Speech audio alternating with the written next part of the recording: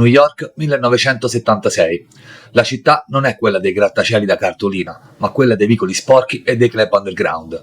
Il rock è diventato lungo, virtuoso e distante dalla strada.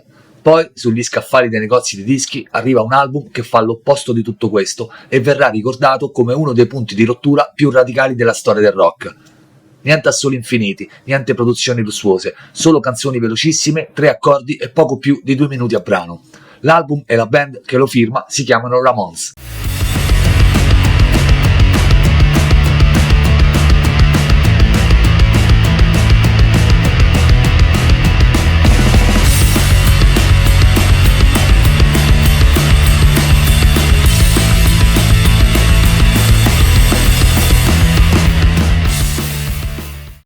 Contestati, derisi e spesso fraintesi, soprattutto agli inizi, i 4 ragazzi di New York continuarono comunque a suonare senza sosta. Ignorando le critiche, palco dopo palco, sera dopo sera, in particolare allo storico locale CBGB, tra fischi, curiosità e stupore, la band iniziò pian piano a farsi notare e a conquistare il proprio spazio nell'underground musicale, fino al giorno del loro leggendario debutto, che proprio quest'anno celebra i 50 anni. Uscito il 23 aprile del 1976, il debutto dei Ramones, pubblicato sotto l'etichetta Sire Records, non fu successo commerciale nell'immediato, ma ancora oggi è considerato uno dei dischi più influenti e precursori della storia del punk. Sporco, veloce e minimale, era l'esatto opposto del rock pomposo e virtuoso che dominava la scena di quegli anni. Senza saperlo, i Ramones stavano tracciando una linea netta tra il prima e il dopo, ponendo le basi di un linguaggio che avrebbe influenzato generazioni di band in tutto il mondo. Registrata al Plaza Sound Studio, situata all'8° piano dell'edificio che ospitava la Radio City Music Hall di New York, l'album nacque in un contesto tanto prestigioso quanto improbabile per una band punk. Mentre al piano di sotto andavano in scena spettacoli patinati, lì sopra i Ramones lavoravano a uno dei dischi più grezzi e rivoluzionari della storia del rock. Raggiungere lo studio, con tutta la strumentazione, a piedi e senza ascensore, non fu cosa da poco. Amplificatori, batterie e chitarre dovettero essere trasportati fino al piano superiore. Tuttavia, una volta sistemati, le registrazioni furono rapidissime e in appena una settimana, e con un budget di poco più di $6.000, il disco fu completato. Il produttore Craig Leon sfruttò anche una risorsa unica del luogo, l'enorme organo a canne della Radio City Music Hall, utilizzandolo nel brano Let's Dance. Un dettaglio quasi surreale se si pensa che una nascente band punk stava registrando all'interno di uno dei templi più eleganti dello spettacolo newyorkese.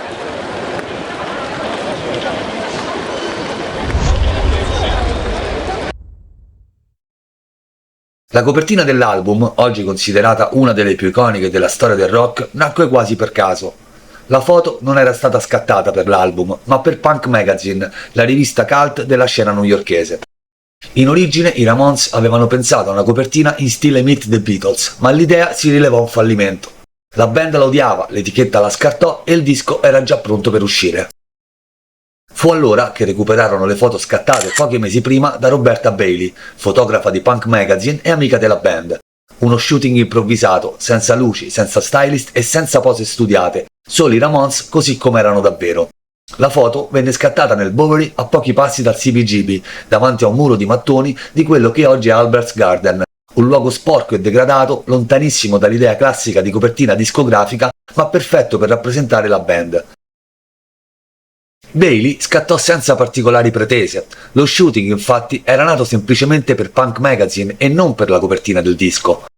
Utilizzò una macchina fotografica di seconda mano, solo luce naturale e una pellicola che aveva usato pochissime volte.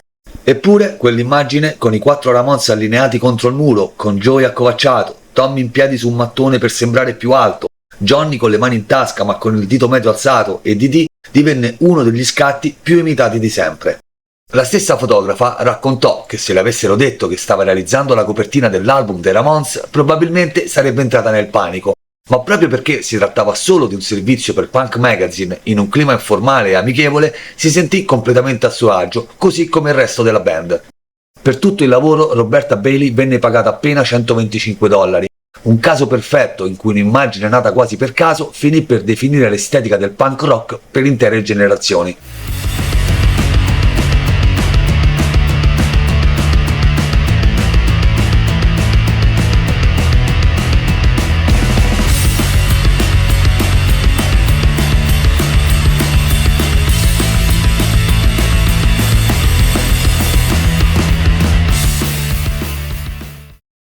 Una volta terminate le registrazioni, l'album Ramones venne pubblicato il 23 aprile 1976, quasi in sordina e senza una vera strategia promozionale. L'etichetta guidata da Seymour Stein credeva nella band e nel suo potenziale, ma era consapevole di avere tra le mani un disco fuori da ogni standard dell'epoca. Inciso in tempi rapidissimi e con un budget minimo, più per necessità che per scelta, l'album vide le prime stampe dell'EP presentare anche qualche errore evidente.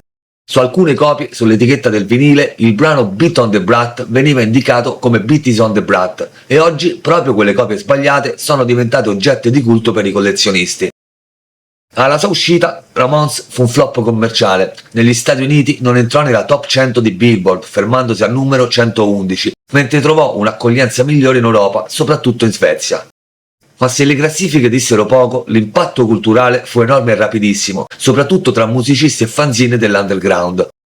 Col passare dei mesi, l'influenza dei Ramones si fece sentire anche in Inghilterra, contribuendo a plasmare la nascente scena punk britannica. Quel suono essenziale, immediato e diretto divenne un vero e proprio modello e ispirò molti protagonisti del movimento. Joe Strummer, leader dei Clash, riconobbe quanto il debutto dei Ramones fosse fondamentale per la nascita della scena punk, ammettendo che senza quel disco probabilmente non sarebbero mai riusciti a creare ciò che poi divenne il movimento britannico.